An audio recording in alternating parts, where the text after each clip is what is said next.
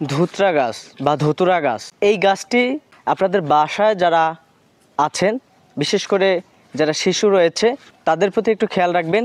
এই ধুতুরা গাছটি একটি বিষাক্ত গাছ। এই গাছটির ফুল ও ফল এবং এটার যে ডালপালা রয়েছে, এটার পাতা রয়েছে, এই পাতা এতটা পরিমাণ বিষাক্ত, যদি এটার নির্যাস কোনো শিশু বা কোনো মানুষ নিয়ে থাকে তাহলে তার মৃত্যু অনিবার্য।